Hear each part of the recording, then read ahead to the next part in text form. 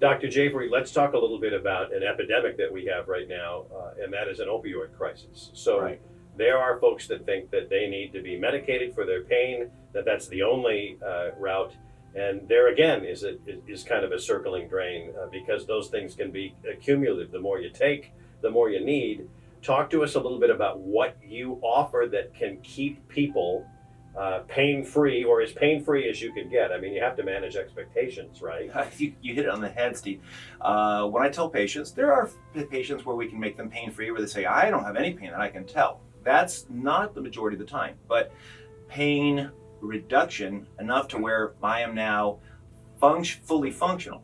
And as far as opiates, opiates or narcotics have a place. I mean, they're one of many things. I liken it to a stew. Mhm. So in a stew, you don't just make a stew with water and beef cubes. I mean, you put in vegetables and seasonings and you simmer. You got a special recipe. Well, just like that, everyone's situation, even their pain problem. I can have a patient that has worn out discs and has back pain and referred hip and buttock pain every time they stand up because of degenerative disc disease. Well, maybe they do need some opiates, but their opiates now are constipating them. They may feel funny, they may fall. So perhaps the things we do, like very specific targeted, injections under mild sedation, patients, most of them don't even remember getting this done, soothe those discs and those nerves to where for typically even up to a few months at a time, patients will stand up, say, hey, I can only stand up 2 minutes, now I can stand up almost an hour without having pain.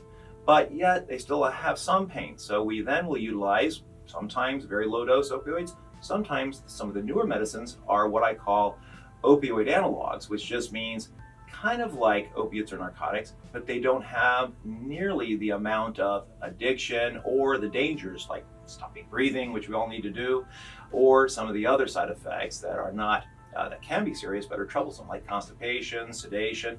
So we try to find ways, interventions, physiotherapy, injections. We try to avoid surgery, but sometimes we have to.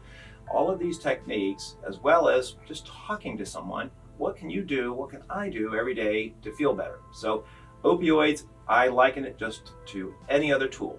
If it's not everything is a nail, and so not everything needs a hammer. So some patients do need that, but our goal is to reduce that if you can, or if we can't, to manage it as appropriately and safely as possible.